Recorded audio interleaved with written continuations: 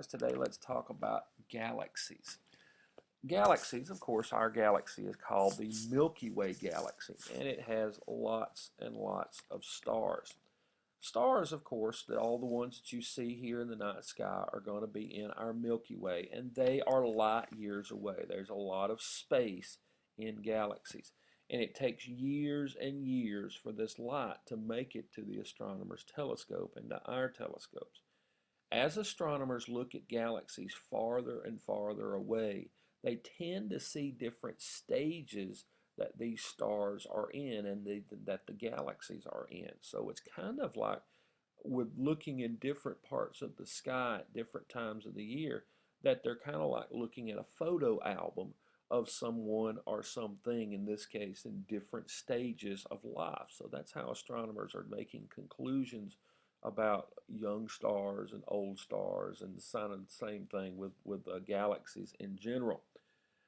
So this is how astronomers take educated guesses at how the universe forms as well.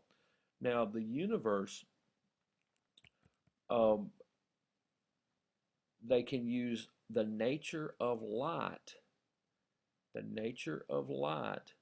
to help them understand how the universe may have started. And here's how. I'm going to use the example of something called the Doppler effect. The Doppler effect is whenever you have something like a train here on Earth, or maybe an ambulance that is moving. Whenever you hear an ambulance or train moving, it sounds different when you are on one side of it, when it's coming to you, as it does when it's going away from you. If you have a train here, trains are really, really loud. A train, as it's coming to you and going by you, would go something like ding, ding, ding, ding, ding, ding, ding, ding. It would not have the same frequency as it's coming to you as it does as it's going away. Same thing with a siren.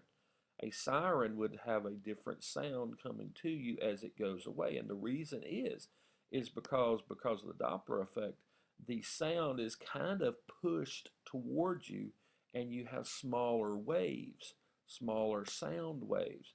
And the waves, as something is going away from you, are larger.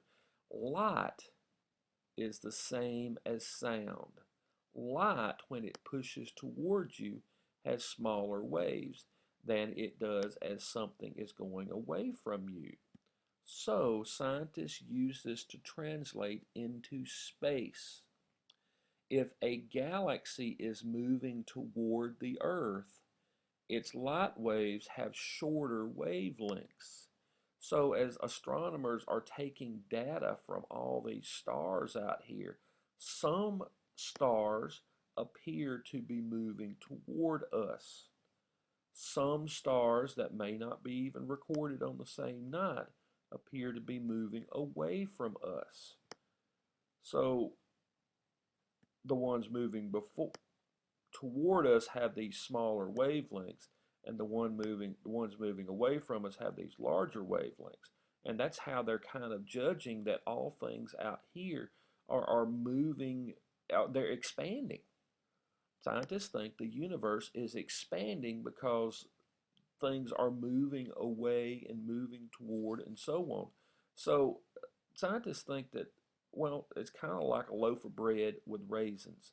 These are little raisins in the bread. And you know that bread expands as it cooks. So these little raisins would expand out in the dough. So that's the origins of the Big Bang Theory. Big Bang Theory is that everything was all compact together, and there was a big explosion, and everything was sent out away from the center. So scientists do these measurements where it looks like things are coming at us with smaller wavelengths and larger wavelengths, and they tend to think that that's exactly why. Now the Milky Way is one of about 100 billion galaxies. These galaxies occur in groups called superclusters. Between the superclusters are huge areas of empty space. Now I'm going to put up a diagram that may kind of be misleading. This diagram here, I don't know if you can tell, has arrows pointing to superclusters where they think superclusters of galaxies are. That the Milky Way is in a cluster of galaxy, a supercluster of galaxy, and all the galaxies in the entire universe are in superclusters. Now, we just got through mentioning what's in between the superclusters. Hardly anything. Now, you see here, there's appears to be a lot of stuff, but scientists think that that's not the case.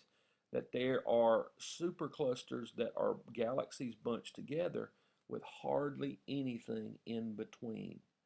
We think there are several billion stars just in our galaxy, and only a few of which we ever see.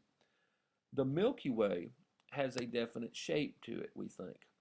The Milky Way is like a disk, and you can see this disk is like this, a little bit like Saturn might be. There's a bulge in the middle, and then there are rings around Saturn, and in this case, the bulge has the disk around it. We are in the disk part.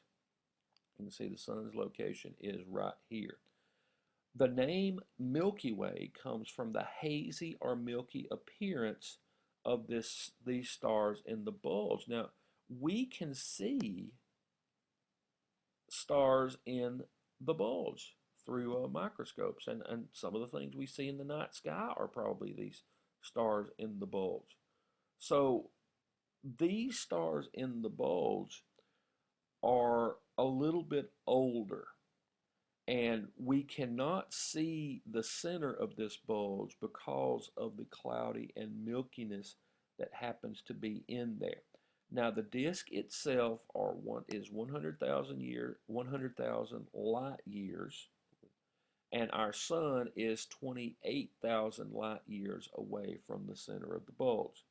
So that kind of tells you where our sun is. It's out on the disk itself, I guess you might say.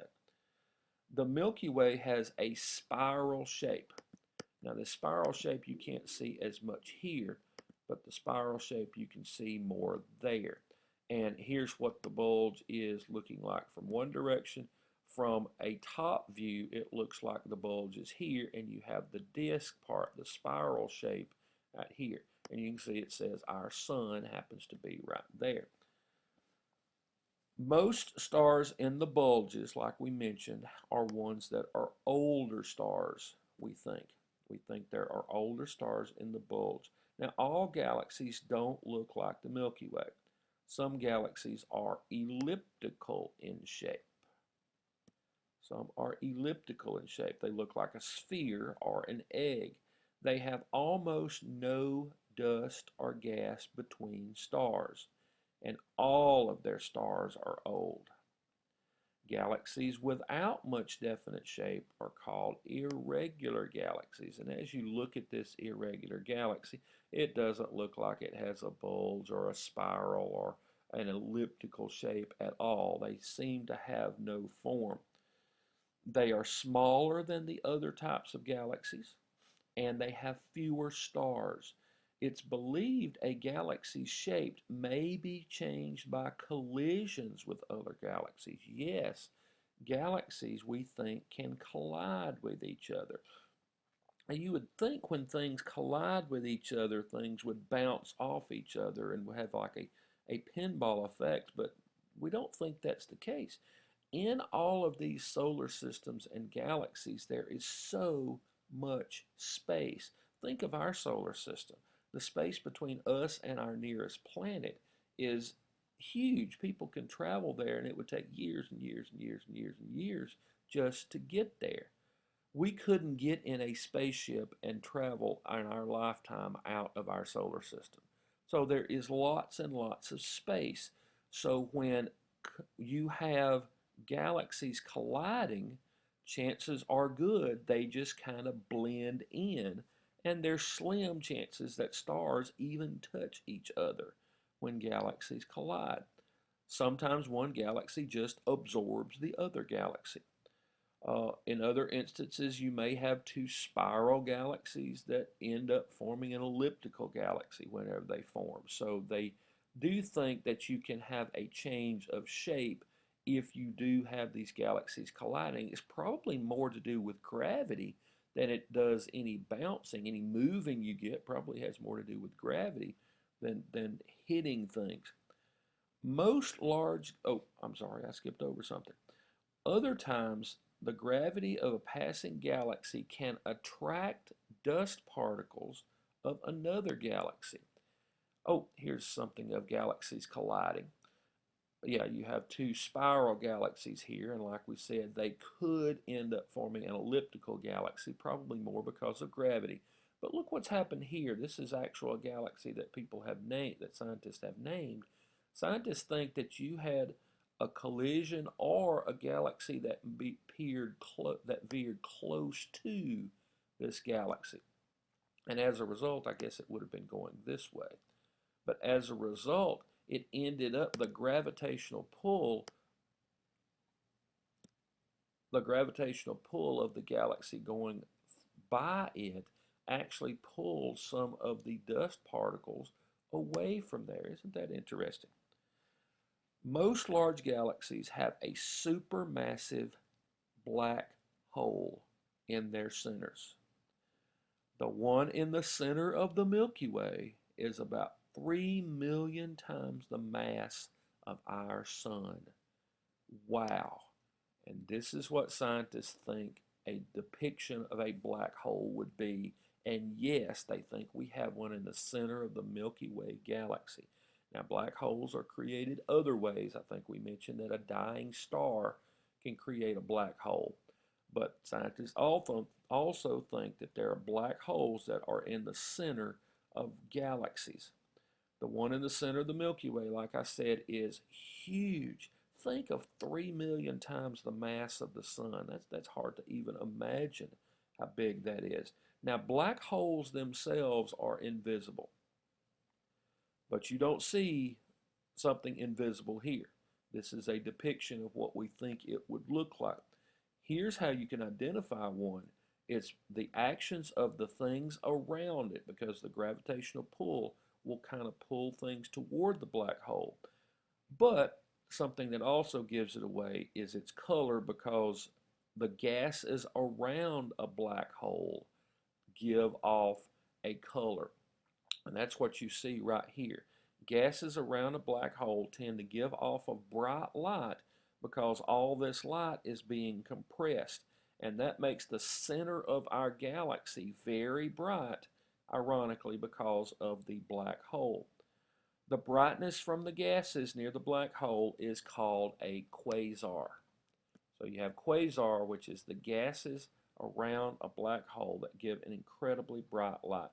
Sometimes the galaxy surrounding a quasar is hard to see because of the quasar's brightness. So some of the brightness we see in the center of the Milky Way may be coming from the quasar surrounding the black hole. Well, I hope you've learned a little bit about galaxies.